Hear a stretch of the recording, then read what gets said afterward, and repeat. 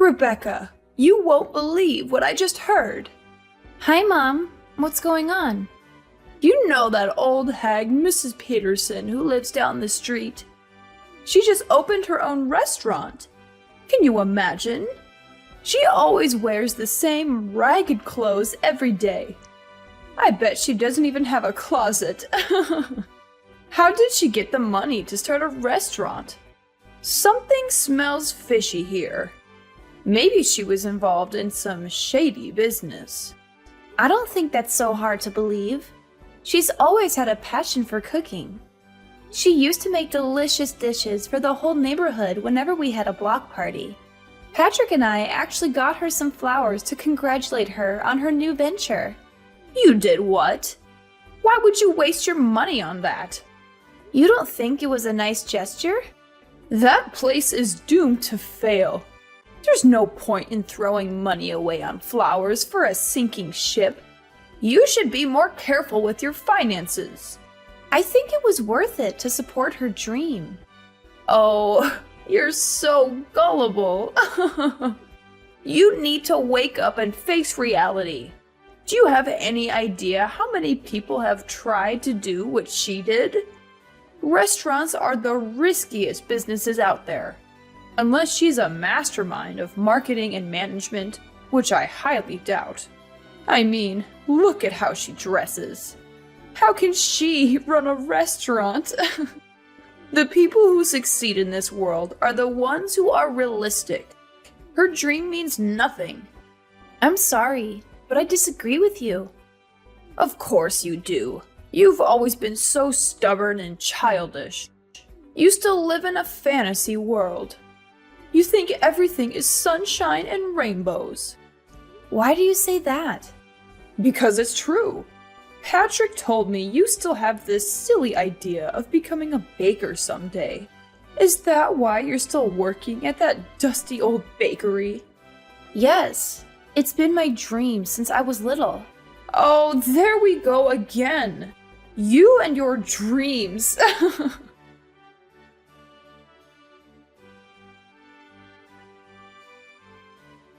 So you probably told yourself, when I grow up, I'm going to be a famous baker and make the world a better place with my bread, right? Seriously, what world are you living in? You're an adult now. Grow up. It's humiliating. Why is it humiliating to have a goal in life? Because you live in the real world. People who chase their dreams are fools. You should learn from Patrick. He wanted to be an astronaut when he was young, but he smartened up and realized that was impossible. So now he works at a bank like a sensible adult. Get out of this fairy tale you're trapped in. The world doesn't need more dreamers who are clueless about reality. I'm so proud of my son for making the right choice and getting a real job. I boast about him to all my friends. Yeah, Patrick is a real hard worker. You have every reason to be proud of him. He's a wonderful husband, and I know he makes you happy. But we're talking about different things here. No, we're not. Your ignorance is a serious problem. Here's some harsh truth for you. You're an embarrassment to this family. What? I really tried to get Patrick to marry someone better. Like that lovely girl Taylor, who lives nearby. She works at the bank with him, you know. Yeah, I know her. We've invited her over for dinner before. She's beautiful and smart. She's the perfect woman for my son to call his wife. You agreed to our marriage, didn't you? You've never mentioned anything like this to either of us before. I had no choice. Patrick made me promise not to say anything about it to you. You two reconnected at your class reunion, right? I thought for sure your relationship would die out in a few months. So you gave us your blessing because you thought it was going to end soon? Of course I did. Do you even know how high the divorce rates are in this country? I figured I'd let Patrick have his fun with his little old flame. I assumed he'd get tired of you soon and dump you. I can't believe this. Do you realize how awful what you're saying is? I'm just being honest. I'm telling you for your own good. You better find someone else before your marriage falls apart. I mean, you're too busy making bread or whatever. So I doubt you'll ever find someone as amazing as Patrick. Sorry, I'm going to have to end this call now. I have to go to work. Sure, have fun working at that musty old bakery. Watch out for the flour. It might get in your eyes.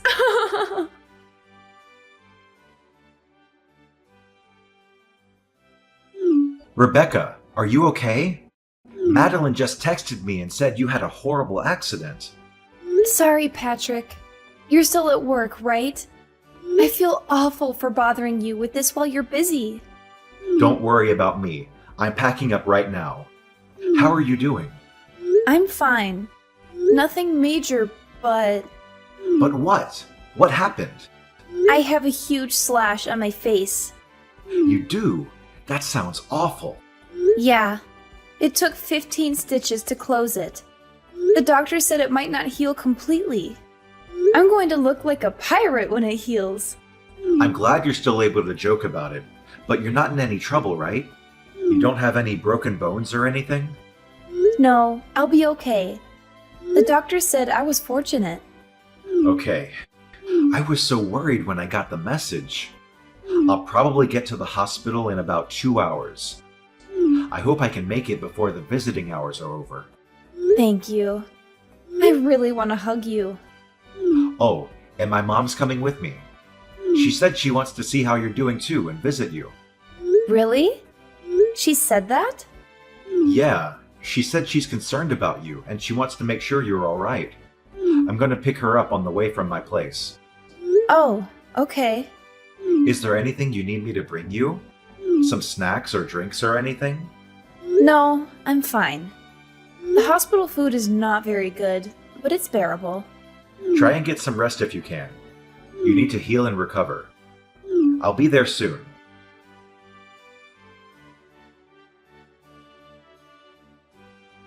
Hey, Mom. Thanks for coming to visit me today. Is everything okay, though? You left pretty quickly. Could you blame me? Your face is totally mangled. What? Sorry I left so soon. I thought I was going to pee my pants from laughing so hard. Are you serious? You look like a total freak. I'm going to call you Frankenstein from now on. The only redeeming quality about you was your face, but that's obviously no longer true. How awful. What's your problem? How could you say that? I don't feel ashamed at all about what happened to me or how I look. Sure, tell yourself. Whatever helps you sleep at night. I bet you're still in shock. You haven't fully accepted that it looks like you're wearing a Halloween mask. You don't need to insult me. I know you hate me. You've made that very clear to me many times. No matter how much you belittle me, I'm not going to divorce Patrick. Please get that thought out of your head. It doesn't matter what you think. I wonder what Patrick thinks about his new homely wife. He said he loves me and he's here for me. I'm not too sure about that. Didn't you see the look on his face when he saw you? It's only a matter of time before he kicks you to the curb. I don't think so. It's a fact. He was speechless when he saw you. Right when he saw you, he knew you two were done. Who would want to be married to someone who looks like they have a zipper on their face? Alright, I'm done having my fun. This is the perfect opportunity for you to get a grip on reality. Give up on trying to stay married to Patrick. Let him go. He needs to find someone beautiful with a good job. Someone like Taylor. Absolutely not. I'm not agreeing to a divorce, no matter what you say. You're feisty, aren't you? I get it. You're hanging on for dear life because you know no one else is going to want you. I don't care about that, though. I want you gone by the end of the month. If not for anything else, I just really don't want to see that disfigured face of yours. Shut your wretched mouth, you pathetic excuse for a human being. Excuse me? You're a complete and utter disgrace. Is that how you treat Rebecca when I'm not around? Patrick? Yeah, it's me. Oh my god! How? Aren't you home already? We both left at the same time. There was something I forgot to tell Rebecca, so I went back up to her room. I found her crying her eyes out. When I asked her what happened, she showed me her phone. She just went through a tragic accident, and that's how you speak to her? Don't you have a conscience? I couldn't help it. You know, I've always been brutally honest. Patrick, listen to me. You could do so much better than her, especially now, after her accident. What? You're the perfect man. You're handsome, smart, and you have a great job. Rebecca is so far beneath you. I mean, she didn't even go to college. No, she didn't. She went to culinary school instead, and now she's apprenticing with a really well-known baker. What's the problem? You can get any woman on the planet. Why would you stick with her? Taylor, for example. Taylor? I've always said you two would make a great couple. She seems like she'd be a much better wife than Rebecca. Wow, you were serious about that? Of course I was. Taylor's perfect for you. She's beautiful and she has a great career. She works at a bank like I do. It's not that special. Yes, it is. You've got to be really intelligent to work at a bank. You of all people should know that. I actually just had a great idea. Oh, great. What is it? I'm going to open up a nail salon. What? You're going to open a nail salon? It's an awesome idea, right? You have none of the qualifications to open, let alone run a nail salon. There's no way you can open if you don't have the right licenses or certifications. I'll do all of that. Have any idea how much the startup costs are? It's in the hundreds of thousands. So I was thinking I could take out a loan from the bank you and your future new wife work at. Is that right? You have absolutely no experience running a business or working at a nail salon. There's no way any bank would give you a loan.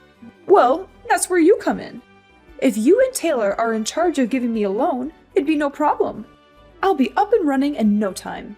You're out of your mind. I'll be the talk of the town. Everyone loves me as it is, so I know they'll all come in and get their nails done. Oh, and I'll even call that ratty old woman Mrs. Peterson in. Lord knows she needs all the help she can get to look presentable. Although it would take a miracle for that woman to look good. It's more for me to show her what a successful business looks like. What are you even talking about? What do you mean? None of that is going to happen. You can't just use people to get what you want. That includes me and Taylor. I don't know what's more insane, saying you're going to start a nail salon with absolutely no qualifications, or thinking I'm going to get remarried to my coworker. There's no way Taylor would say no to you. Don't be so modest. She's already, 35? She knows the clock is ticking. I've been biting my tongue out of respect for you, but enough is enough. You're a horrible person. Through and through. Do you even have a soul? You abuse and use the people around you for your own personal gain. I haven't said anything that wasn't true. Don't try and pretend like you still love that hideous wife of yours. You don't have to hide how you feel for Mommy. She's not hideous at all. I love her, no matter how she looks. I was afraid you'd say that. I guess you're living in the same fantasy world as Rebecca. You leave me no choice but to talk about this with Taylor directly. Her mother and I are pretty close, you know. Once I talk with Taylor and her mother, I'm sure they'll see things my way. Go right ahead. Talk to Taylor if you're so confident that she'll listen to you. Or I could just hand her the phone. She's standing right next to me.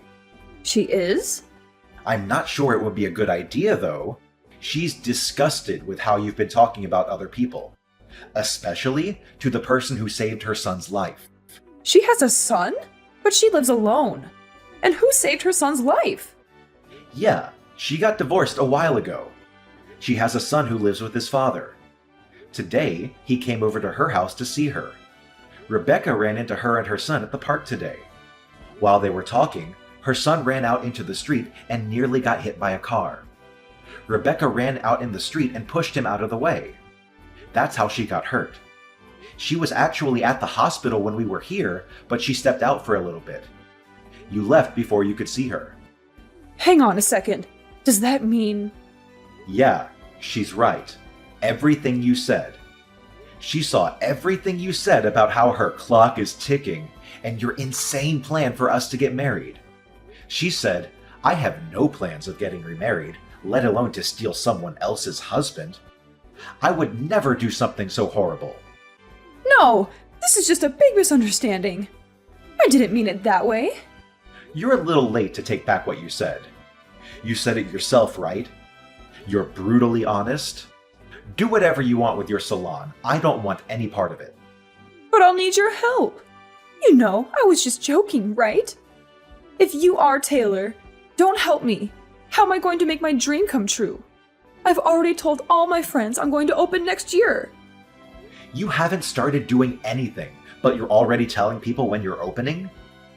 Your dream is pretty stupid if you ask me.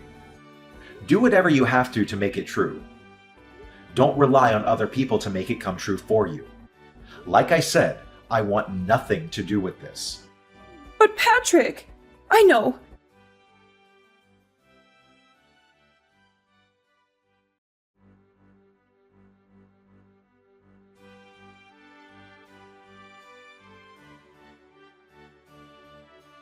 Just give the phone back to Rebecca. I need to speak with her. It's Rebecca. Rebecca, please. You've got to help me convince Patrick to change his mind. Change his mind about what? Oh, yeah, that's right. You mean change his mind about divorcing me so he can marry Taylor and they can both give you a sketchy loan so that you can open a nail salon? Did I get that right? Yes, please. He's not listening to me. You have a dream too, don't you? You should know more than anyone how important it is to make your dreams come true. If you really believe that, you help me get Patrick to give me the money I need. That's right. I do have a dream. A dream that you called stupid and a waste of time. I very clearly remember you saying people who chase their dreams are idiots. So what does that make you? I was just, You're the biggest hypocrite I've ever met. You insult me and call me stupid for having a dream. Then you whine and complain when you can't manipulate people to make yours work. Not to mention, you only want this salon for the popularity and to rub it in Mrs. Peterson's face. You have no idea what you're talking about. Sure, you may think my face is hideous, but you're hideous on the inside, and that's much worse. I'm not embarrassed about the way I look at all. I'm a strong, confident person. I'm not going to let this bring me down. The only thing I've ever been embarrassed about is having a mother-in-law that is spiteful and looks down on others. I'm so thankful that Patrick has decided to cut all ties with you. I don't need a soulless person like you in my life. What do you mean by cut ties? He wouldn't really do that, would he? Why don't we all take a deep breath and talk about this once we've calmed down? It's late. I'm sure you're exhausted from your horrific accident. Let's wait a few days, and then we can all sit down and talk it out like a family. I'll tell you all about my plans for my salon. Hang on a sec. Didn't you say you hated people who go on and on about their dreams? I couldn't care less about your empty dream. Maybe you should get a grip with reality. You're not a child anymore. And you haven't been for a very long time.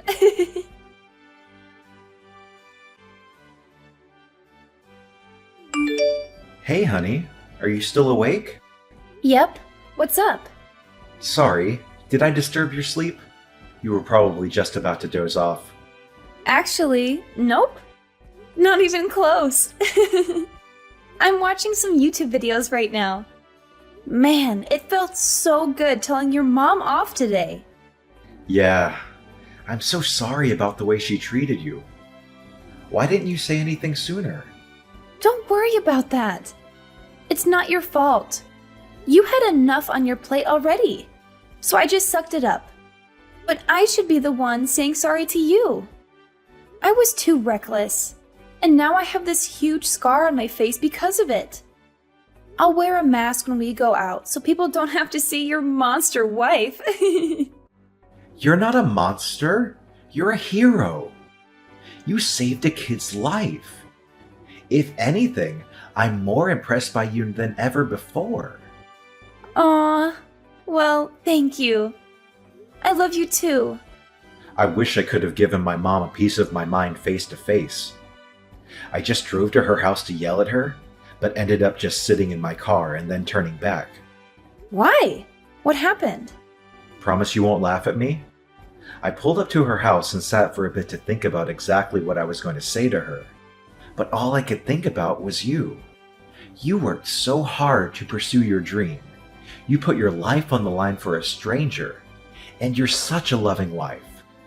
I got really emotional after that. I didn't have the courage to go and confront her. Really? You got emotional? You didn't even cry on our wedding day. I know. I just realized how blessed I am to have you as my wife, which makes me hate my mother even more for the way she treated you. It's fine. I'm a strong woman. I can take it. I'm so happy that you're my husband. I was afraid maybe you'd actually listen to your mom and dump me. Absolutely not. I've loved you every day since I first saw you in middle school. Nothing's going to change that. Aww, that's so cute. We have enough money saved up, don't we? It's time. Time for what? I remember you said you're ready to be your own boss. What are you talking about? I found a place near the beach for a steal. We just have to do some minor fixes on the inside, but it looks really cozy. The rent is super cheap, and the location is amazing. You've always said you wanted to open a bakery by the sea, didn't you? What? Are you serious? How long have you been looking for places?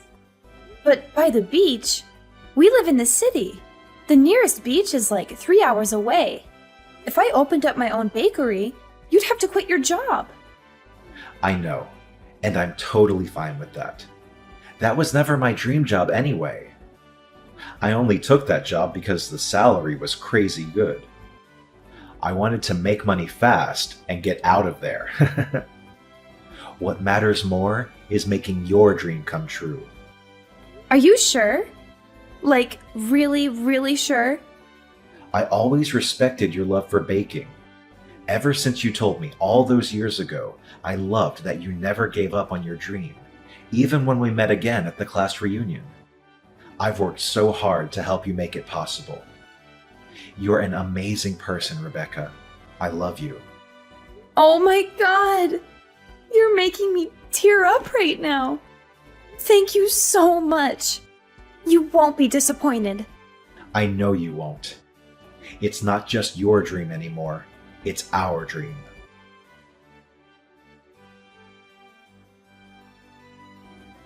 A few months later, Patrick and I moved into our new house near the ocean so I could open my own bakery. I thought it would be a tough start, but thanks to Patrick's help, things have been going better than I ever hoped for. We have loyal customers every day, and we can hardly keep up with the supply. Everything we make sells out in a flash. Speaking of happy news, Taylor and her husband came all the way out here to see us. They told us they had a heart-to-heart, and decided to try and make things work between them, mostly for their son's benefit. And then there's Patrick's mother. She went around boasting to all her friends about the salon she was going to open. She actually did start studying to get the minimum qualifications, but she was turned down by every bank she asked for a loan. To make matters worse, it wasn't just her salon flop that people heard about. Word got around about how terribly she treated me and her insane plans for her son. It's probably a good thing her salon never materialized, because I don't think anyone would want to go there after finding out what kind of person she really is. Patrick and I were thinking about visiting her after things calmed down for us, but we're not in a rush. The cut on my face healed pretty well, but it left a visible scar. I sometimes notice people looking at it. I get it. It's not every day you see a girl with a huge scar across her face. But honestly, I'm way too busy now to worry about it. Besides, I'm not going to let it bring me down. Plus, Patrick always tells me every hero has a scar.